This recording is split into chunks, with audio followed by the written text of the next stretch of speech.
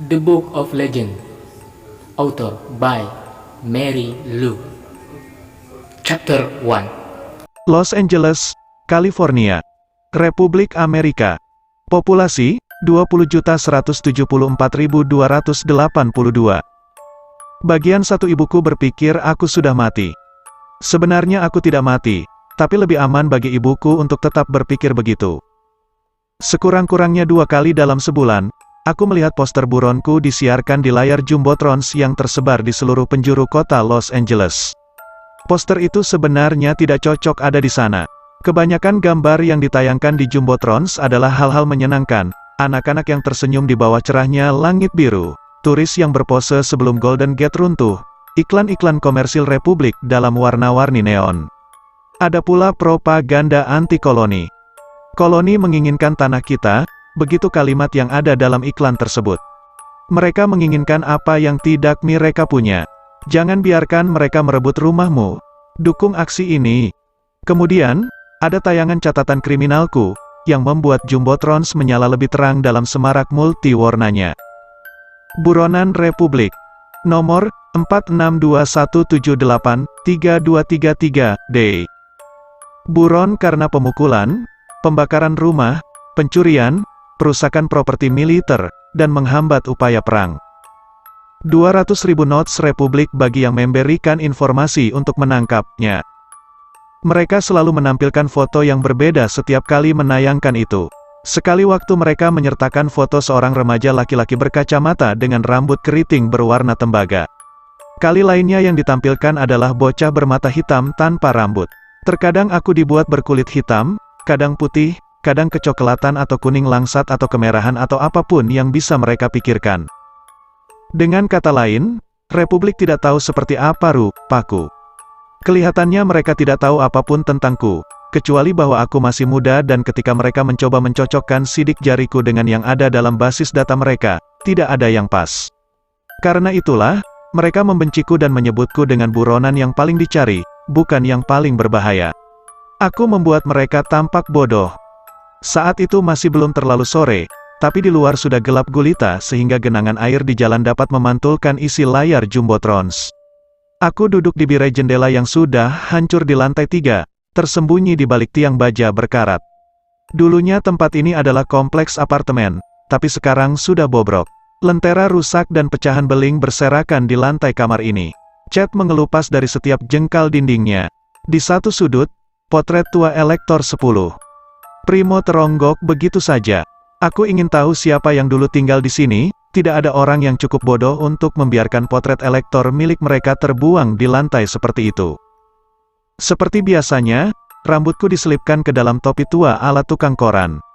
Pandanganku terpancang pada sebuah rumah kecil tanpa tingkat di seberang jalan. Semen taraf tanganku memainkan bandul yang mengalungi leherku. Tess bersandar pada jendela lain di kamar ini sambil menatapku lekat-lekat.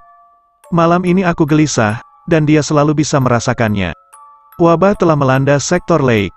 Di bawah pijar cahaya jumbotrons, Tess dan aku dapat melihat para tentara di ujung jalan yang sedang menginspeksi setiap rumah. Jubah mereka hitam berkilau, dipakai longgar dalam suhu panas begini. Masing-masing dari mereka mengenakan masker oksigen. Sesekali ketika muncul, mereka menandai sebuah rumah dengan memberi tanda X merah besar di pintu depan. Tidak ada yang boleh memasuki atau meninggalkan rumah tersebut setelah itu, setidaknya, tidak ketika ada yang melihat. Masih belum melihat mereka, bisik Tess. Dalam kegelapan, ekspresinya tak terbaca. Untuk mengalihkan pikiran, ku coba membuat sebuah katapel darurat dari pipa PVC tua. Mereka belum makan malam. Mereka belum duduk di meja makan selama berjam-jam. Aku mengubah posisi dan meregangkan lututku. 11. Mungkin mereka tidak di rumah. Aku memandang Tess kesal. Dia mencoba menghiburku, tapi aku tidak sedang dalam mood yang bagus. Ada lampu yang menyala. Lihat lilin-lilin itu. Ibu tidak akan menyalakan lilin kalau tidak ada orang di rumah. Tess bergerak mendekat. Kita harus pergi dari kota ini selama 2 minggu. Dia mencoba menjaga suaranya tetap tenang, tapi ada rasa takut di dalamnya. Sebentar lagi wabah itu akan berlalu, dan kau bisa kembali ke sini. Kita punya lebih dari cukup uang untuk membeli 2 tiket kereta. Aku menggeleng. 1 hari seminggu, ingat. Biarkan aku memantau mereka 1 hari seminggu. Minggu ini kau datang ke sini setiap hari. Aku hanya ingin memastikan mereka baik-baik saja. Bagaimana kalau kau tertular? Itu risiko. Dan kau tidak harus pergi bersamaku. Kau bisa menungguku kembali di Alta. Tess mengangkat bahu. Seseorang harus mengawasimu. Padahal, dia 2 tahun lebih muda dariku. Meskipun terkadang dia terdengar cukup tua untuk menjadi pengasuhku. Kami mengawasi dalam diam saat para tentara mendekat ke rumah keluargaku. Setiap kali mereka berhenti di depan sebuah rumah, seorang serdadu mengetuk pintu sementara seorang yang lain berdiri di sebelahnya dengan senapan teracung. Jika tidak ada yang membukakan 12 pintu dalam 10 detik, serdadu yang pertama akan menendangnya sampai terbuka. Aku tidak dapat melihat kesibukan mereka di dalam, tapi aku tahu prosedurnya. Seorang serdadu akan mengambil sampel darah dari masing-masing anggota keluarga, lalu memasangnya di sebuah alat pengecek dan memeriksa apakah darah tersebut tercemar wabah. Seluruh prosesnya memakan waktu 10 menit. Aku menghitung jumlah rumah yang ada di antara rumah tempat para tentara berada sekarang dengan rumah keluargaku. Masih 1 jam lagi sebelum aku tahu nasib mereka. Sebuah teriakan menggema dari ujung jalan yang lain. Mataku langsung tertuju ke asal suara. Sementara tanganku segera memegang pisau yang kusarungkan di ikat pinggang. Tess menahan napas. Itu adalah suara korban wabah. Kondisinya pasti telah memburuk dalam beberapa bulan karena kulitnya pecah-pecah dan berdarah di mana-mana. Rasa penasaran menghampiriku. Bagaimana bisa para tentara melewatkan yang satu ini pada inspeksi-inspeksi sebelumnya? Wanita sakit itu berjalan terhuyung-huyung selama beberapa saat, kebingungan, lalu menyerang maju, hanya untuk tersandung dan jatuh. Aku menatap para tentara yang sekarang melihat wanita itu. Seorang serdadu bersenjata datang mendekatinya, sementara 11 serdadu lainnya tetap di tempat sambil menyaksikan. Seorang korban wabah bukan ancaman besar. 13. Serdadu tersebut mengangkat senapannya dan membidik. Sepercik bunga api meluncur, mengenai wanita itu. Dia roboh. Si serdadu kembali pada pasukannya. Kuharap aku bisa mendapatkan 1 dari senapan para tentara itu. Di pasar, harga senjata bagus seperti itu tidak tinggi, hanya 480 knots, kurang dari harga kompor. Layaknya semua senapan, yang ini pun memiliki presisi dengan magnet dan arus listrik sebagai kendalinya, serta dapat menembak target 3 blok jauhnya.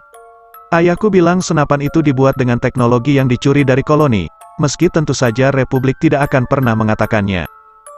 Tess dan aku bisa membeli 5 yang seperti itu kalau kami mau. Selama bertahun-tahun, kami telah belajar menyimpan uang ekstra yang kami curi dan menyembunyikannya untuk keadaan darurat. Tapi, masalah yang sebenarnya dalam memiliki senapan bukanlah biayanya. Masalahnya adalah pemilik senapan mudah dilacak. Setiap senapan mempunyai sensor di dalamnya yang dapat memberitahu bentuk tangan, sidik jari, serta lokasi pemakainya. Kalau senapan itu tidak memberi keuntungan untukku, semuanya tidak akan berjalan seperti yang kuinginkan. Jadilah aku tetap memakai senjata buatanku sendiri, katapel pipa PVC dan yang semacam itu. Mereka menemukan seorang lagi, kata Tess.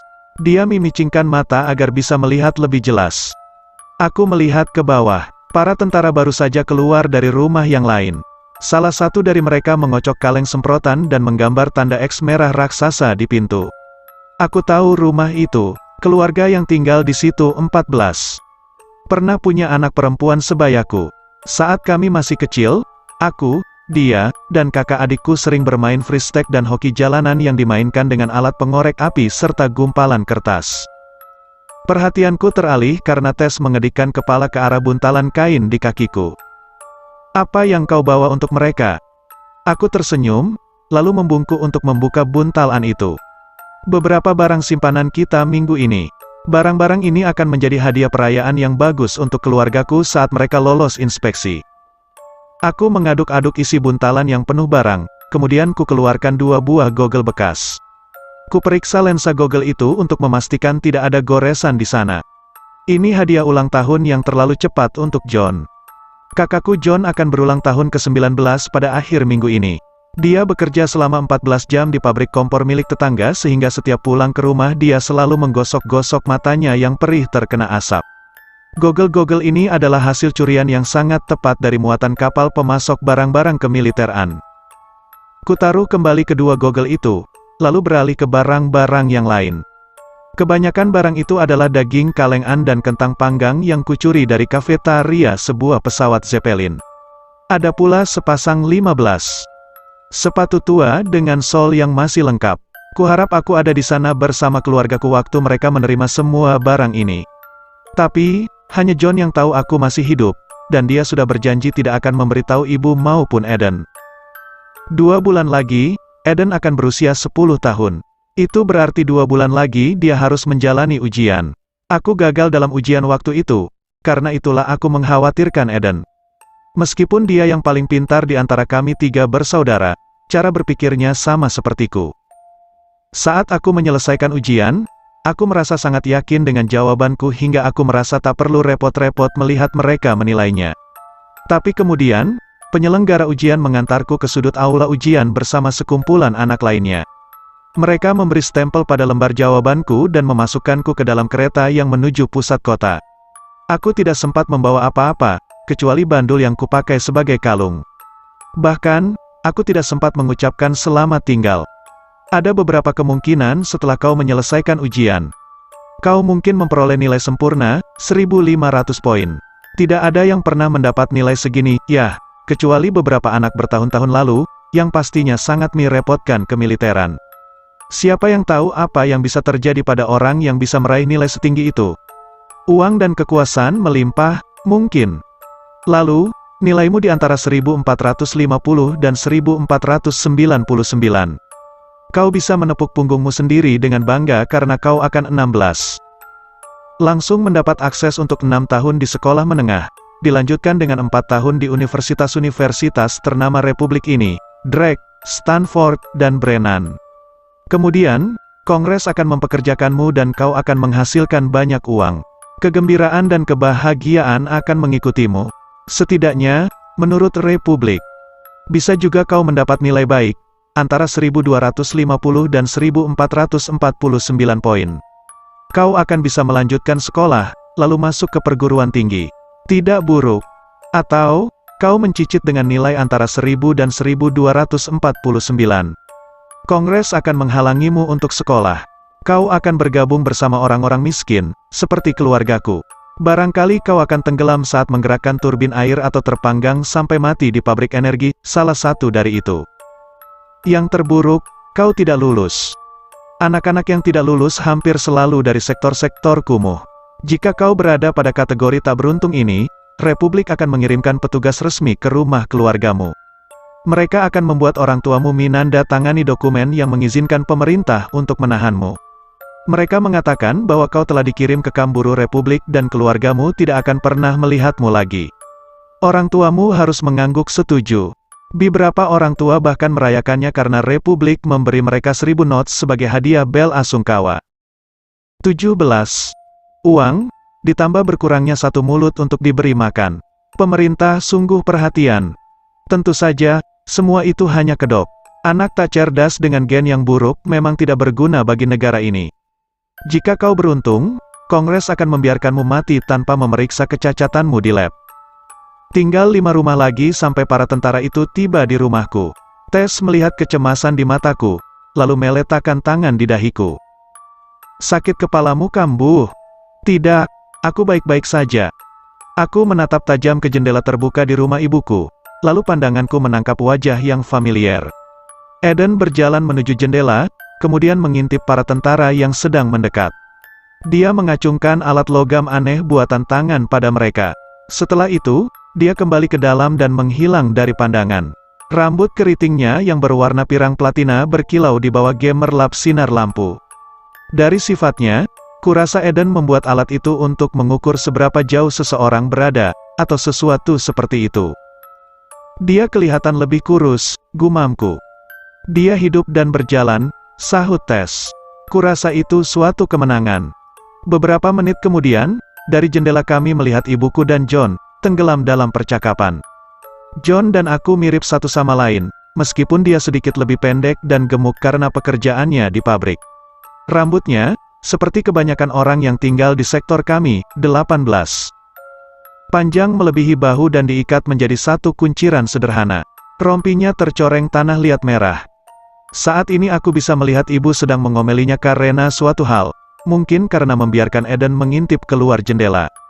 Ibu hampir memukul tangan John saat penyakit batuk kronisnya menyerang. Aku menghela napas. Setidaknya ketiganya cukup sehat untuk berjalan. Bahkan jika salah satu dari mereka terinfeksi wabah, mereka masih punya kesempatan untuk sembuh. Aku tidak dapat berhenti membayangkan apa yang akan terjadi kalau para tentara itu menandai pintu rumahku. Keluargaku akan berdiri terpaku di ruang keluarga kami, lama setelah para tentara pergi.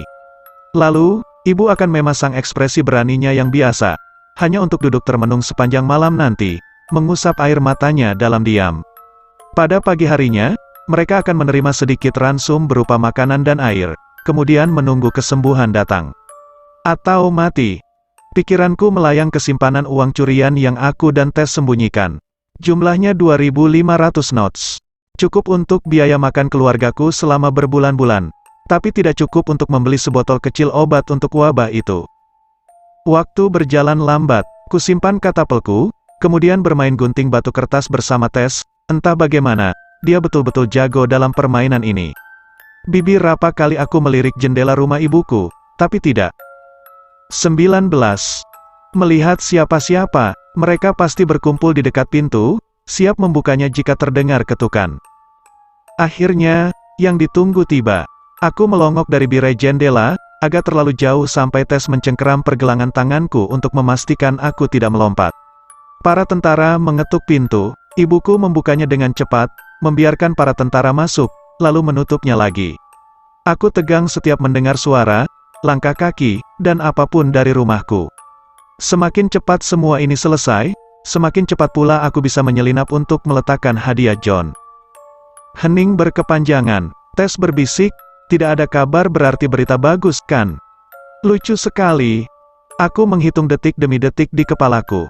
1 menit berlalu, lalu 2, 4, dan akhirnya 10 menit. 15 menit, 20 menit. Aku menatap Tess. Dia mengangkat bahu. Mungkin alat pengecek mereka rusak, ujarnya. 30 menit sudah. Aku tetap dalam posisi siaga, tak berani bergerak sedikit pun. Aku takut sesuatu akan terjadi dengan sangat cepat dan aku akan melewatkannya kalau berkedip. Jari-jariku terus mengetuk pangkal pisauku. 40 menit, 50 menit, 1 jam. Ada yang salah, bisikku. Tess mengerutkan bibir. Kau tidak tahu. Aku tahu. Kalau tidak, kenapa bisa begini lama? 20. Tess membuka mulut untuk menyahut, tapi sebelum dia sempat berkata apa-apa, para tentara keluar dari rumahku, berbaris satu persatu, tanpa ekspresi. Akhirnya, serdadu terakhir menutup pintu di belakangnya dan mengambil sesuatu yang ada di pinggangnya. Mendadak aku merasa pusing. Aku tahu apa yang akan terjadi. Serdadu itu mengangkat tangan dan membuat satu garis merah panjang diagonal di depan pintu rumah kami. Setelah itu, dia membuat satu garis lagi, membentuk tanda X. Aku mengumpat tanpa suara dan memalingkan kepala. Tapi kemudian serdadu itu melakukan sesuatu yang tak terduga, sesuatu yang belum pernah kulihat sebelumnya. Dia membuat garis ketiga, sebuah garis vertikal di tengah-tengah tanda X itu. 21 PU pukul 13.47. Universitas Derake, S. Ektor B. Atala. 72 derajat Fahrenheit di dalam. Aku duduk di kantor sekretaris dekan. LAG. Lewat pintu kaca yang bening, aku bisa melihat teman-teman sekelasku, sebenarnya senior karena usia mereka sekurang-kurangnya 4 tahun lebih tua dariku, berkeliaran di luar untuk menguping. Beberapa dari mereka melihatku dijemput paksa oleh sepasang penjaga berwajah mengancam setelah kelas latihan siang, pelajaran hari ini, bagaimana mengisi dan membongkar peluru untuk senapan XM621. Dan ketika hal seperti itu terjadi, beritanya akan tersebar ke seluruh penjuru kampus. Jenius kecil favorit Republik dalam masalah lagi. Kantor itu sepi, hanya terdengar dengung teredam dari komputer sekretaris dekan. Aku sudah hafal seluruh isi ruangan ini, lantai marmer yang diimpor dari Dakota, 324 genting plastik di langit-langit, tirai abu-abu sepanjang 6 meter yang tergantung di seberang potret Agung Elektor, serta layar 30 inci di dinding samping, yang suaranya dimatikan dan sedang menayangkan berita utama, markas militer lokal dibom kelompok pemberontak Patriot, 5 orang tewas, disusul dengan, Republik kalahkan koloni dalam pertempuran HILLSBORO. Arisna Whittaker, sang sekretaris dekan, duduk di balik mejanya, tidak diragukan lagi dia sedang mengetik laporanku. Laporan ini akan menjadi yang ke-8 dalam 3 bulan. Aku ingin bertaruh bahwa aku adalah satu-satunya mahasiswa Drake yang pernah mendapat 8 laporan dalam 3 bulan tanpa dikeluarkan. Kemarin tangan Anda terluka, Miss Whittaker, kataku setelah beberapa saat diam. Dia berhenti mengetik untuk memelototiku. Apa yang membuatmu berpikir begitu, Miss Iparis? Gerakan Anda tidak seperti biasanya dan Anda sangat berhati-hati menggunakan tangan kiri Anda. Miss Whittaker mendesah, lalu menyandarkan tubuh ke kursinya. Ya, June, pergelangan tanganku keseleo kemarin saat aku bermain kifabol. Saya turut sedih mendengarnya. Seharusnya Anda coba memukul dengan lengan, bukan dengan pergelangan tangan. Aku bicara begitu dengan maksud menyatakan fakta, tapi kedengarannya seperti mengejek dan makin membuat Miss Whittaker tidak senang. Mari kita luruskan ini, Miss Iparis, katanya. Kau mungkin berpikir kau sangat pintar dan nilaimu yang sempurna akan membuatmu diperlakukan istimewa. Bahkan, kau mungkin berpikir kau punya penggemar di sini, dengan 24. Semua omong kosong ini, dia memberi isyarat pada mahasiswa yang berkumpul di depan pintu. Tapi, aku capek melihatmu berada di kantorku.